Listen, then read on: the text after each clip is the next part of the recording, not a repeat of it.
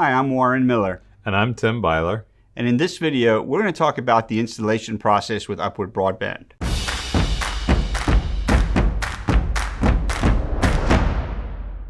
So Tim, if somebody's interested in Upward Broadband, what's the process for them to get signed up? That's a great question, Warren. The first step in the process is to contact us via either phone or our website at upwardbroadband.com.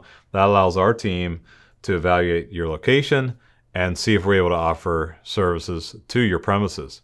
Now, if we can't offer services, we then ask for an activation fee, and that allows us to schedule the technician to come out and do the installation. So when the technician arrives, one of the first things he does is check to see if we can get signal from the tower. If we can, he'll set up like an outdoor dish, something like this, run the cabling inside, set up the indoor router, and all those things to get you operating with fast, reliable, high-speed internet, and that generally takes 3 to 4 hours. Wow.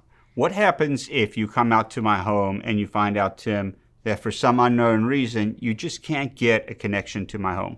Yeah, great question. That can happen because there may be an obstruction in the way that we didn't realize, or maybe the tree was taller than we thought it might be. And so those obstructions can cause us to not be able to get that connection back to the tower. When we have a case like that, we always try to evaluate, is there some innovative solution we can get internet to your premises? That might be a neighbor that's using our services. That may include looking at maybe a small repeater site in the neighborhood, or things like that. Occasionally, that works out.